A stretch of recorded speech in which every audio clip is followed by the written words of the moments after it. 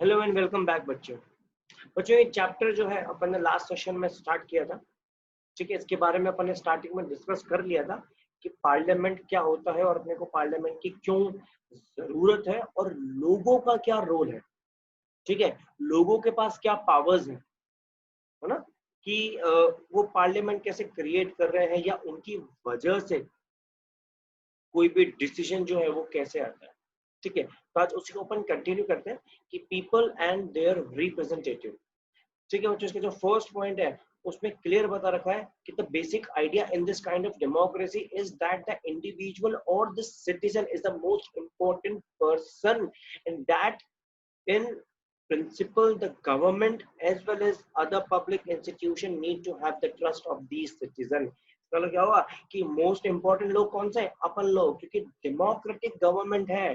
Democratic government का मतलब क्या हो गया कि we have the right to choose our own representative, कि अपनी कंट्री को कौन रिप्रेजेंट करेगा, अपने पास वो राइट है जिसको अपन बोलते हैं राइट टू वोट।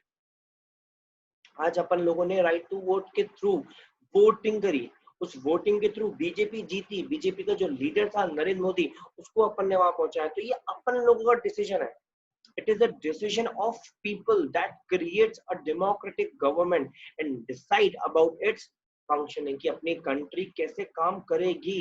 वो डेमोक्रेटिक गवर्नमेंट बनी तो वो कैसे बनी, किसका डिसीजन था? अपन लोगों का, अपन लोगों की कंसेंट, यानी अपन लोगों की विलिंगनेस से ही वो वहां पहुंचा है। अपन लोगों ने ही उसको अप्रूवल किया है। मैक्सिमम पार्टिसिपेशन अपन लोगों की तरफ से था, तभी आज नरेंद्र मोदी जो है, Shri Narendra Modi the prime minister of India, ठीक है, वो डिसीजन ले सकते हैं।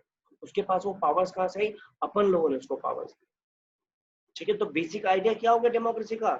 अपन लोग मेन है, अपन लोग ही पावर्स देते हैं, अपन लोग ही इलेक्ट करते हैं अपने रिप्रेजेंटेटिव।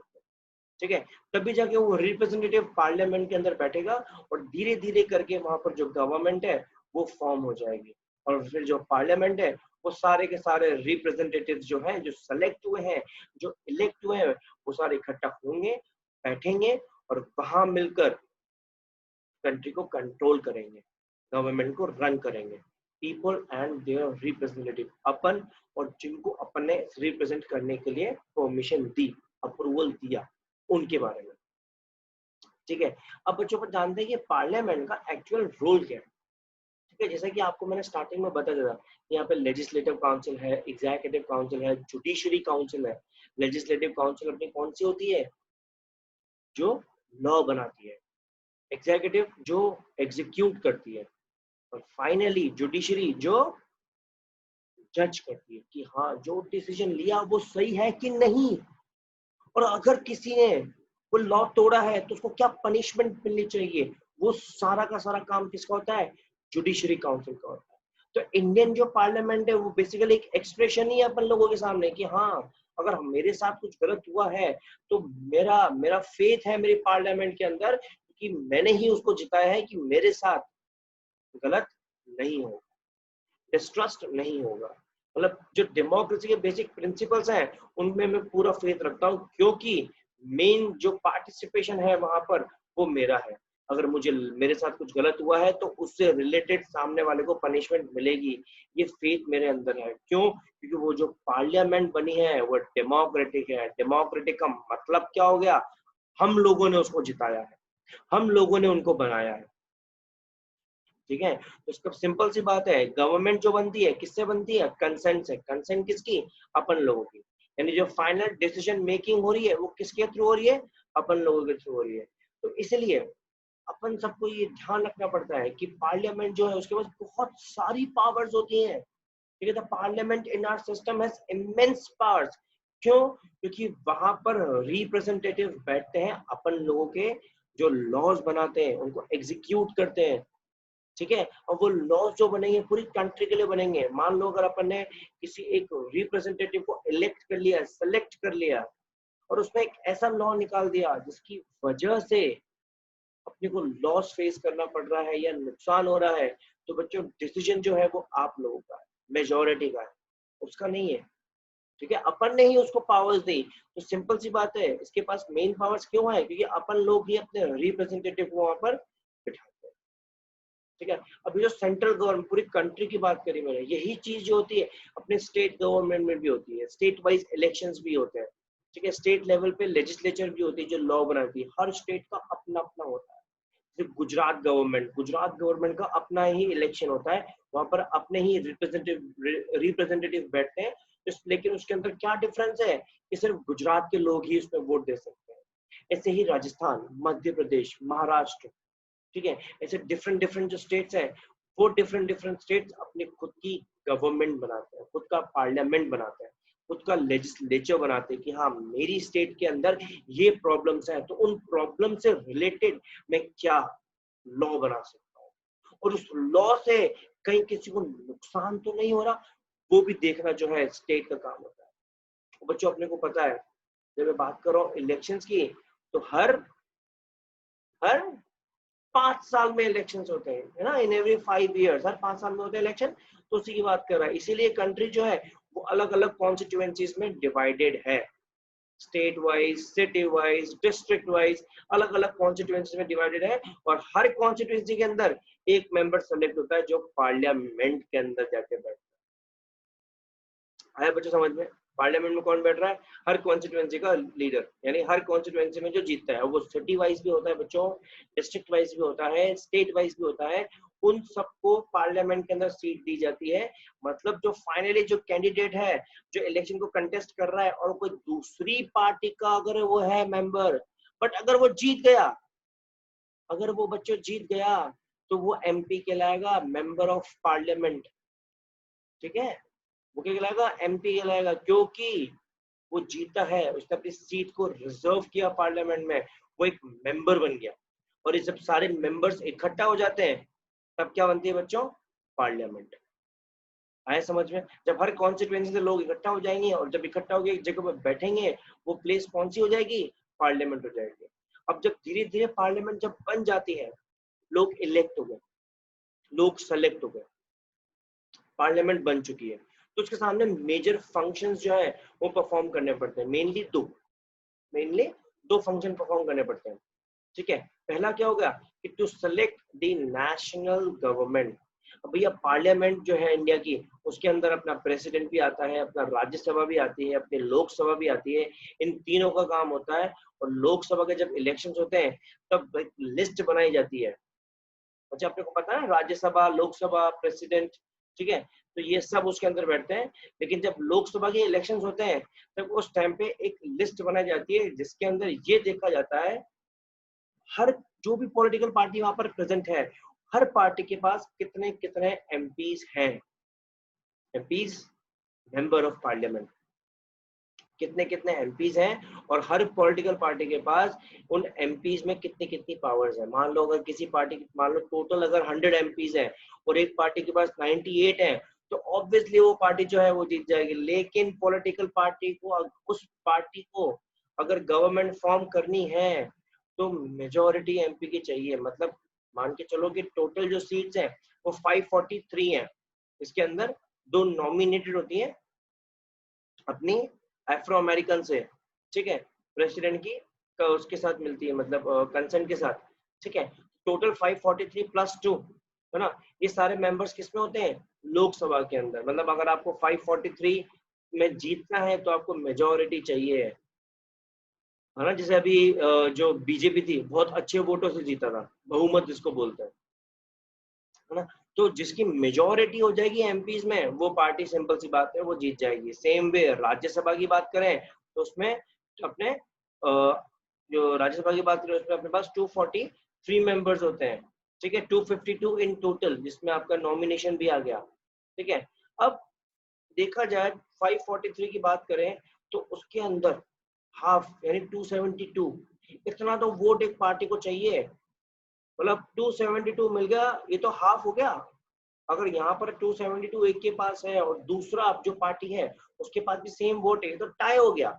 जीतने के लिए क्या चाहिए होगा? एक तरफ एक ज्यादा, एक तरफ एक कम, है ना। एक तरफ 273, दूसरी तरफ 271, है ना। तो जिसके पास मेजोरिटी होगी वही पार्टी जो जीतेगी, और जो दूसरी पार्टी होगी वो ऑपोजिशन कहलाएगी, जो क्रिटिसाइज करेगी, अपोज करेगी, जो दूसरी गवर्नमेंट बनी है उनके लॉज को, जो लॉ बनाई, आज नरेंद्र मोदी है, बीजेपी है, कोई भी लॉ बनाती है तो राहुल गांधी उसको अपोज करता है ना, ये चीज गलत हो रही है, कांग्रेस उसको अपोज करती है कि ये चीज गलत हो रही है, ये लॉ नहीं निकालना चाहिए था, जीएसटी की वजह से नुकसान हो गया, अनप्रिपेयर्ड थे बट स्टिल नोटबंदी मोदी ने कर दी, ये सब चीजें गलत है। ये क्यों करते हैं?